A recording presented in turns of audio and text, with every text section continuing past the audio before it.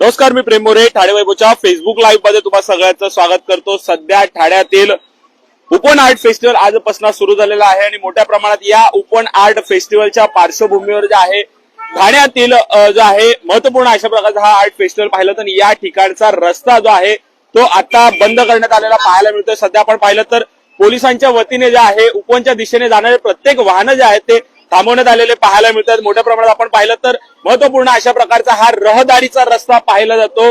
अनेक सोसायट्या ह्या ठिकाणी आहेत आणि मोठ्या प्रमाणात आपण पाहिलं तर पोलिसांनी जो आहे आता आजपासून हा रस्ता जो आहे तो बंद केलेला आहे. पुढील काही दिवस हा रस्ता बंद राहील. मोठ्या प्रमाणात आपण पाहिलं तर ओपन आर्ट फेस्टिवलला अनेक ठाणेकर भेट देण्यासाठी गेलेले पाहायला मिळतात. मात्र हा रस्ता बंद केल्यामुळे या ठिकाणी मोठी वाहतूक कोंडी झाल्याचं चित्र पाहायला मिळतं. आपण पाहिलं तर सध्या ठाण्यातील हा महत्वपूर्ण अशा प्रकारचा ओपन परिसर पाहिला तो या ओपन आर्ट फेस्टिवलकडे सर्वांचं लक्ष लागलं आहे आणि आजपासून कुठेतरी जो आहे हा रस्ता पुढील काही दिवस जो आहे तो बंद असणार आहे. आपण काही अधिकाऱ्यांकडनं सुद्धा जाणून घेणार आहोत रस्ता बंद किती दिवस असणार आहे. सर, सर्वप्रथम ठाणे वैभव मध्ये खूप खूप स्वागत. काय सांगाल, किती दिवस हा रस्ता रहदारीसाठी बंद असेल, कशा प्रकारे वाहनांनी किंवा वाहन चालकांनी गाड्या लावल्या पाहिजेत, काय सांगाल? आता आम्ही काय सांगणार, सिनियर साहेब सांगतील.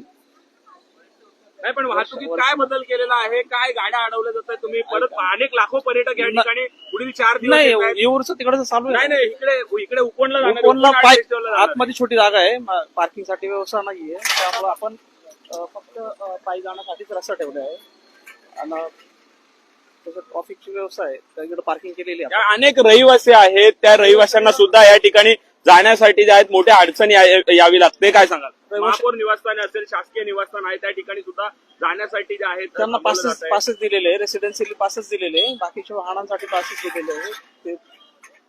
वाहतुकीत काय बदल करण्यात आलेला आहे का? वाहतुकीत बदल करण्यात आले. काय बदल करण्यात आलेला आहे सर? ट्रॉफिकवाले सांगतील, हा? ट्रॉफिकचं नियोजन सांगतील. मला नाही माहिती.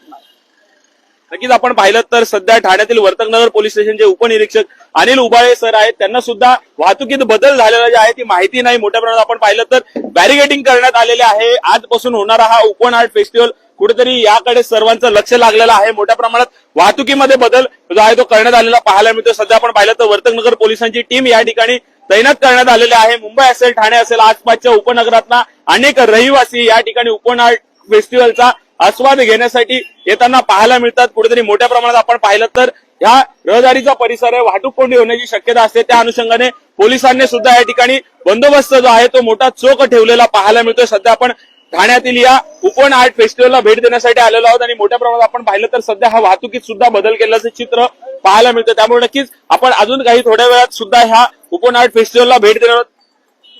ठाण्यातील अशा ताज्या फेसबुक, इन्स्टा आणि ट्विटर अकाउंटला फॉलो करा, तसेच आमच्या युट्यूब चॅनलला सबस्क्राईब करा.